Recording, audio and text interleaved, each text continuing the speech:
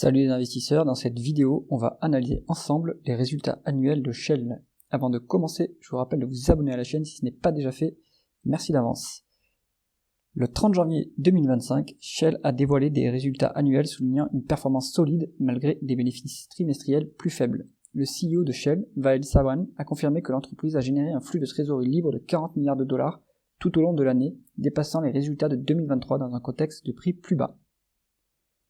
Shell a réussi à réduire ses coûts structurels de plus de 3 milliards de dollars depuis 2022, atteignant son objectif un an avant la date prévue. D'autres cibles financières ont également été significativement avancées. Pour cette année, Shell a annoncé une augmentation de 4% des dividendes et un nouveau programme de rachat d'actions de 3,5 milliards de dollars, marquant le 13e trimestre consécutif avec au moins 3 milliards de dollars en rachat d'actions, tout en renforçant son bilan financier. Les résultats ajustés du 4e trimestre 2024 montrent des bénéfices de 3,7 milliards de dollars, reflétant des prix et des marges plus bas, une augmentation des charges d'exploration et l'impact non monétaire des contrats de couverture arrivant à expiration. Le flux de trésorerie opérationnelle pour ce trimestre était de 13,2 milliards de dollars. L'entreprise a également réduit ses dépenses en capital à 21,1 milliards de dollars pour 2024, avec une prévision d'une réduction additionnelle en 2025. Pour l'ensemble de l'année 2024, le résultat net ajusté de Shell s'établit à 23,7 milliards de dollars, une baisse par rapport aux 28,3 milliards de dollars enregistrés en 2023. Ce chiffre reflète une performance opérationnelle robuste malgré les défis macroéconomiques, notamment des prix du pétrole et du gaz plus faibles. En rythme annualisé, la performance de Shell par segment pour l'année 2024 a montré des variations significatives. Le segment Integrated Gas a enregistré des bénéfices ajustés de 7 milliards de dollars en baisse de 18% par rapport à 2023, affecté par des volumes plus faibles et des résultats de trading et d'optimisation moins performants.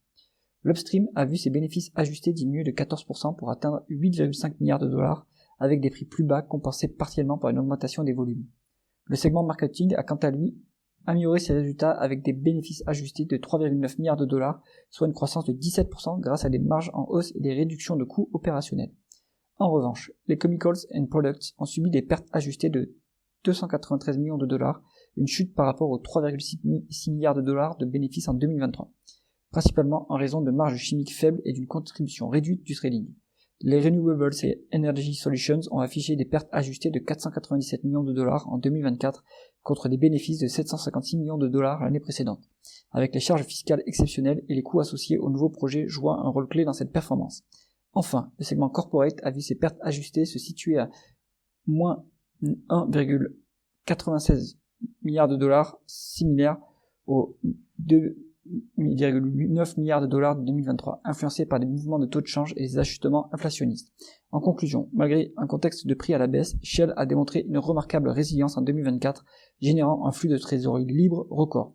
L'entreprise a également atteint ses objectifs de réduction des coûts structurels en avance, ce qui témoigne d'une gestion efficace des ressources. L'augmentation des dividendes et le programme de rachat d'actions illustrent une stratégie claire visant à renforcer la confiance des actionnaires. Donc vous l'aurez compris, sur Shell, mais sur tout l'ensemble du secteur de l'énergie traditionnelle, ce qui compte, c'est pas tant l'évolution du chiffre d'affaires, ni même des bénéfices, on va dire. Ce qui compte vraiment, c'est la génération de cash flow, de free cash flow, parce que on est sur un secteur d'activité qui est très mature. Et donc il y a 3 leviers à actionner pour rendre ce cash aux actionnaires. On a premièrement les dividendes, donc là on a vu qu'il y a un bon niveau de dividendes chez Shell, les rachats d'actions, aussi très important chez Shell, et le désendettement. Les acteurs du secteur pétrolier sont en général pas trop endettés, ceux qui sont bien gérés en tout cas, parce que l'activité est cyclique et en plus en décroissance, donc il vaut mieux ne pas être endetté dans ces conditions-là. Donc on voit que Shell arrive à bien actionner ces 3 leviers pour fidéliser ses actionnaires, donc ça peut être intéressant pour un actionnaire qui cherche plutôt une rente, un rendement de l'actionnaire élevé, qui a peut-être pas trop de chances d'augmenter par la suite, mais qui est déjà intéressant à ce niveau-là. Donc plutôt pour du fonds de portefeuille ou pour du rendement. C'est tout pour cette analyse, j'espère que la vidéo vous a plu. Si c'est le cas, mettez un pouce vers le haut et pensez à vous abonner à la chaîne. À bientôt.